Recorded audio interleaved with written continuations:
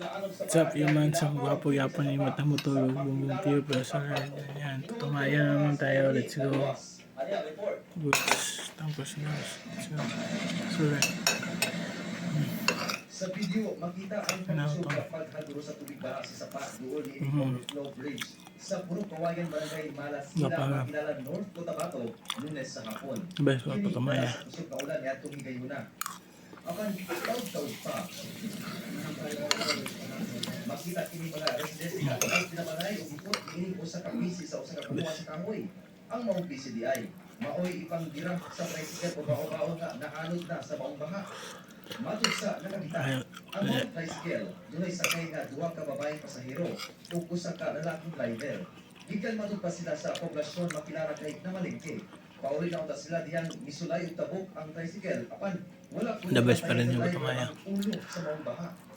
Gilayon silang rescue sa mga personahe sa barangay at mga residente. Hinuon ang tricycle, nadala sa luwas na lugar. Iyang niubos na ang level sa tubig sa tapa human ang pipila ka oras.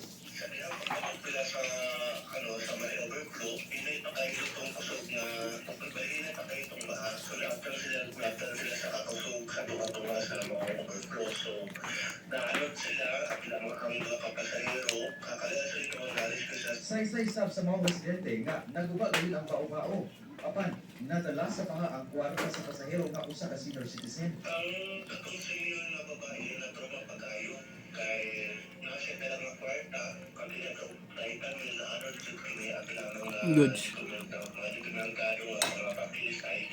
Misulayan pa og kuha o payag sa GMA Original TV1 Mindanao ang mga naluwas sa insidente. Samtang wala sa daot na panahon, doon sa ibang mga lugar sa maong lungsod ang gibaha sama sa Quezante National Highway kung asa naglisod og laban ang pipila ka mga sakyanan. Padayon ang assessment sa PDRRMO Cotabato sa danyos dala sa pagbaha. Sumala sa pag-asa, ang mga pagbuhan sa Mindanao dala sa localized thunderstorms. Fred Mama, 1 Mindanao. Usa ka pang pasaherong jeep sa Davao City ang nagdaro og laing tulo pa ka sakyanan. Siyang katao samdan. Sa CCTV footage makita nga nagbulat og masakyan kining lalaki dihang kalit silang nadaro sa usa ka pang pasaherong multicab alas 4:40 Lunes sa hapon sa MacArthur Highway, Matina, Davao City. May nalang kay napuglan sa gutter ang ligid sa multicab kusa wala nakikit ang mga lalaki. Galing itabang pa siya sa pag-abli sa puntahan sa multicab na may bangga kaniya aron makagawas ang pasahero sa atubangan niini. Apan ang maong multicab na bangga sa BI sa laing pampaserong jeep na nakabangga sa bugban og kotse. Sumala sa kapulisan, siyam ang samdan. Sagad ng mga pasahero sa multicab ug jeep. Usa kanila ang padayong ginatambalan sa ospital samtang na-discharge na ang uban. Padayong ginaimbestigahan ang maong hitabo. Kasong reckless imprudence resulting in physical and damage to property ang atubangon sa nakabanggang PUJ driver na wala na mihatag og pakayag.